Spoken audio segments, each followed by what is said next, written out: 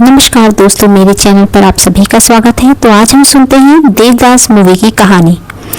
यह मूवी आई थी 1936 में रिलीज हुई। देवदास शरद चंद्र चट्टोपाध्याय के प्रसिद्ध उपन्यास पर आधारित हिंदी सिनेमा की सबसे प्रभावशाली फिल्मों में से एक है।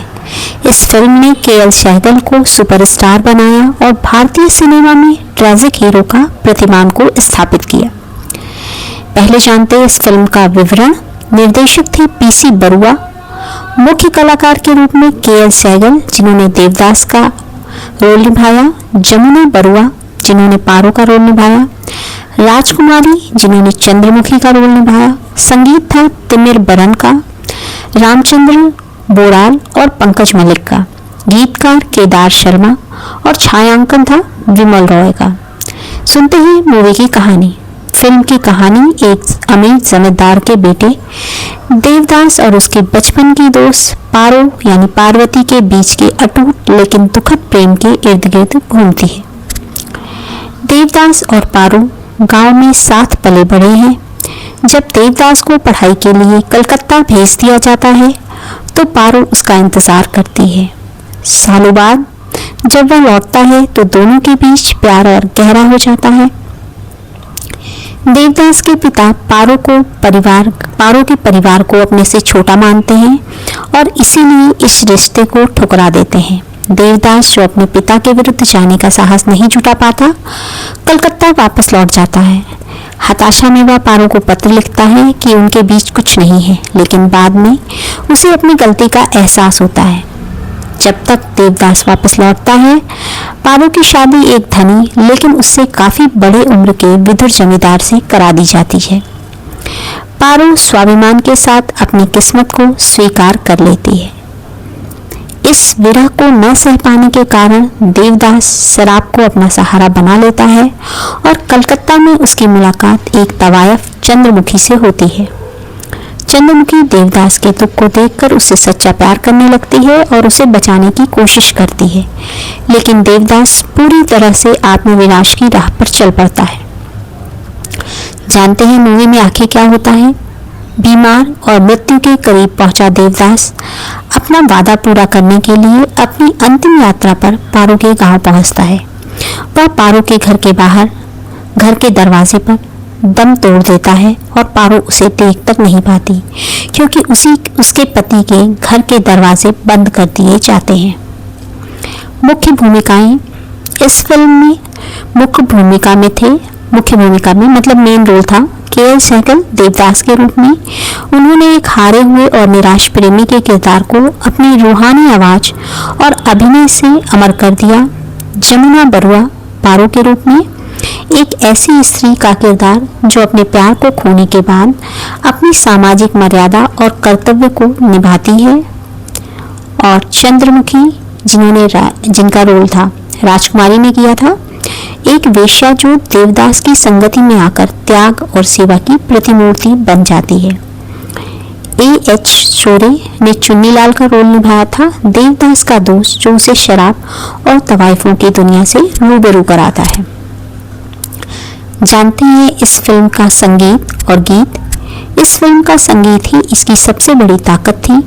के.एल. सहगल की आवाज में इन गीतों को सदियों के लिए यादगार बना दिया। बालम आए बसु मोरे मन में गायक थे के.एल. सहगल। दुख के दिन अब बीतत नाही गायक के.एल. सहगल। मत भूल मुसाफिर तुझे जाना ही पड़ेगा गायक के.सी. डे। न आया मन का मीत उमरिया बीत गई सारी गायक के.सी. डे। पिया बिन आवत नहीं चैन, इसके गायक थे के.एल. सहगल।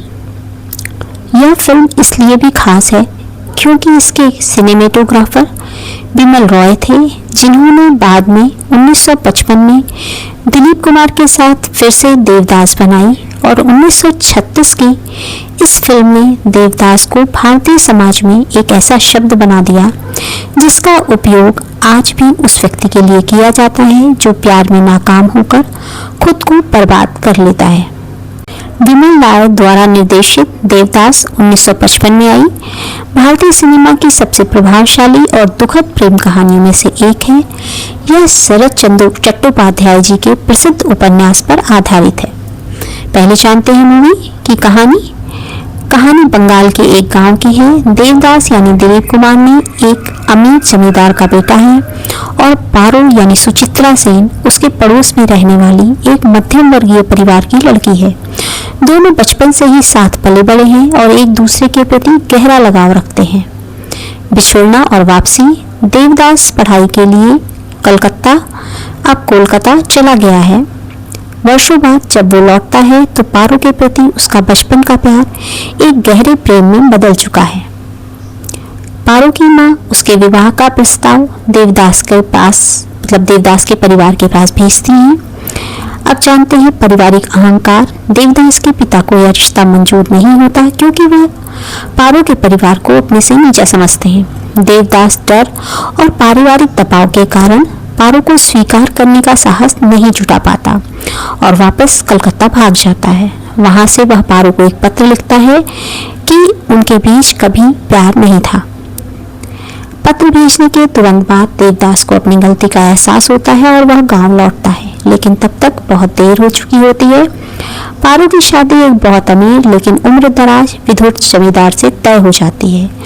पारो देवदास को उसकी कायरता के लिए फटकारती है। पारो की विदाई के बाद देवदास पूरी तरह टूट जाता है और कलकत्ता लौटकर अपने दोस्त चुन्नीलाल यानी मोतीलाल के साथ शराब पीना शुरू कर देता है। यही उसकी मुलाकात एक वेश्या चंद्रमुखी यानी वैजंती माला से होती है और इसके बाद चंद्रमुखी का निस्वार्थ प्रेम। चंद्रमुखी देवदास के दुख को देखकर उससे प्रेम करने लगती है और वेश्यावृत्ति छोड़ देती है। वह देवदास की सेवा करती है और उसे बचाने की कोशिश करती है, लेकिन देवदास पारो के गम और अपराध बोध में इतना डूबा होता है कि वह खुद को धीरे धीरे खत्म करने लगता है। बढ़ते हैं मूवी में आगे क्या हुआ था। दुखद अंत। देवदास की सेहत शराब के कारण गिरने लगती है और वह पारो से वादा करता है कि वह मरने से पहले उससे मिलने जरूर आएगा। फिल्म के अंतिम दृश्य में मरणासन्न देवदास पारो के गांव पहुंचता है और उसके घर की चौखट पर दम तोड़ देता है। पारो उसे देखने के लिए दौड़ती है, लेकिन उसके पहुंचने से पहले ही घर का दरवाजा बंद हो जाता है। एक दुखद अंत। मुख्य कलाकार और उनकी भूमिका। दिलीप कुमार ने देवदास की भूमिका निभाई। उन्होंने इस भूमिका में ट्रेजेडी किंग के रूप में अपनी महानता स्थापित की। उनकी अभिनय शैली ने आने वाली पीढ़ियों के लिए एक मानक स्थापित किया। सुचित्रा सेन ने पारो की भूमिका निभाई। उन्होंने पारो के स्वाभिमान और विरह के दर्द को बड़ी खूबसूरती से निभाया। चंद्रमुखी ने का रोल निभाया था वैजंती माला ने। उन्होंने एक वेश्या के किरदार को गरिमा और संवेदनशीलता प्रदान की, जिसके लिए उन्हें सर्वश्रेष्ठ सहायक अभिनेत्री का फिल्म फेयर पुरस्कार मिला। मोतीलाल ने चुन्नीलाल का रोल निभाया देवदास के दोस्त का। तो देवदास के दोस्त के रूप में उनका प्रदर्शन काफी प्रभावशाली रहा। गीत और संगीत इस मूवी में एस.डी. बर्मन जी ने संगीत दिया और साहिर लुधियानवी के गीत उन्होंने इस फिल्म को अमर बना दिया। साथ ही साथ गाने हैं मितवा लागी रे ये कैसी, देवदास की आंतरिक पीड़ा को दर्शाता है। दूसरा गीत आन मिलो श्याम सांवरे, मन्ना डे और गीता दत्त का एक सुंदर भजन जैसा गीत। तीसरा गीत आना है तो आ, चंद्रमुखी के कोठे पर फिल्माया गया गीत। अगला गीत है जैसे राही भूल जाए, एक उदास सा गीत जो देवदास की भटकन को दिखाता है। वो जाने वाले हो सके तो लौट के आना, विदाई और यादों का गीत। सभी गीत अपने आप में विशेष थे और सुनने में बहुत मधुर। फिल्म से जुड़े अन्य विवरण। निर्देशन विमल रॉय ने फिल्म को बहुत ही यथार्थवादी और संवेदनशील तरीके से निर्देशित किया। सिनेमेटोग्राफी कमल बोस ने प्रकाश और छाया का उपयोग करके फिल्म में एक उदास और गंभीर माहौल बनाया। पुरस्कार फिल्म ने कई फिल्म फेयर पुरस्कार जीते, जिनमें दिलीप कुमार को सर्वश्रेष्ठ अभिनेता का पुरस्कार मिला और सहायक अभिनेत्री का पुरस्कार वैजंती माला जी को मिला था। अब हम बात करेंगे अपनी तीसरी देवदास की, जो कि आई थी 2002 में संजय लीला भंसाली द्वारा निर्देशित और 2002 में रिलीज हुई देवदास भारतीय सिनेमा की सबसे भव्य और यादगार फिल्मों में से एक है। शाहरुख खान अभिनीत यह फिल्म शरद चंद्र चट्टोपाध्याय के 1917 के प्रसिद्ध उपन्यास पर आधारित है। इस फिल्म में मुख्य कलाकार और भूमिकाओं में हैं शाहरुख खान ने देवदास मुखर्जी की भूमिका निभाई है, जो कि एक अमीर जमींदार का बेटा है और प्यार में असफल होने के बाद शराब की शरण लेता है। ऐश्वर्या राय ने पार्वती यानी पारो, देवदास की बचपन की सहेली और प्रेमी, जिसकी शादी एक अमीर विदुर से कर दी जाती है। माधुरी दीक्षित ने चंद्रमुखी यानी एक तवायफ का रोल निभाया, जो देवदास से निस्वार्थ प्रेम करती है और उसका ख्याल रखती है। जैकी श्रॉफ ने चुन्नीलाल का, जो कि देवदास का मित्र है और जो उसे शराब और कोठे की दुनिया से परिचित कराता है। किरण खेर ने सुमित्रा का रोल निभाया है, पारो की माँ, जो अपने बेटे के स्वाभिमान के लिए लड़ती है। बारी है मूवी की। बचपन का प्यार और वापसी कहानी 1900 के दशक से शुरुआत की है। देवदास 10 साल के लिए लंदन में कानून की पढ़ाई करने के बाद भारत लौटता है। उसकी मां कौशल्या देवी और बचपन की सहेली पारो उसका बेसब्री से इंतजार करती हैं। देवदास और पारो का बचपन में रिश्ता, अब जो बचपन का रिश्ता था, दोस्ती उनकी अब गहरे प्यार में बदल चुका है। पारो का परिवार मध्यम वर्ग का है, जबकि देवदास एक उच्च वर्ग के जमींदार परिवार से है। देवदास की मां कौशल्या पारो की मां सुमित्रा का अपमान करती हैं और इस शादी से इनकार कर देती हैं।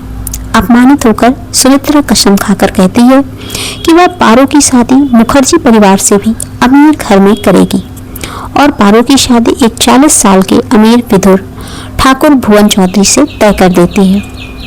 देवदास अपने पिता के खिलाफ जाने का साहस नहीं जुटा पाता और पारो को एक पत्र लिखता है कि उनके बीच कभी प्यार नहीं था। बाद में उसे अपनी गलती का एहसास होता है, लेकिन तब तक बहुत देर हो चुकी होती है और पारो की शादी हो चुकी होती है और वह विदा होकर चली जाती है। दुख और पछतावे में डूबा देवदास घर छोड़ देता है और शराब पीने लगता है।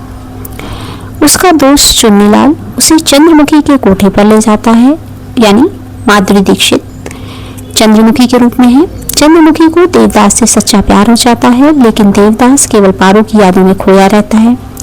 शराब की लत देवदास के शरीर को खोखला कर देती है। अपनी मौत से पहले वह पारो से किया गया वादा निभाने के लिए उसके घर यानी हवेली के सामने पहुंचता है। वह हवेली की चौखट पर दम तोड़ देता है। पारो उसे देखने के लिए दौड़ती है, लेकिन उसके पति के आदेश पर हवेली के बड़े दरवाजे बंद कर दिए जाते हैं और वह देवदास का आखिरी चेहरा भी नहीं देख पाती। जानते हैं मूवी का सुपरहिट संगीत इसके बारे में। इमाइल दरबार द्वारा संगीतबद्ध किए गए इस फिल्म के गाने आज भी मास्टरपीस माने जाते हैं। गाने हैं, देखिए, बहुत ही सभी फेमस रहे।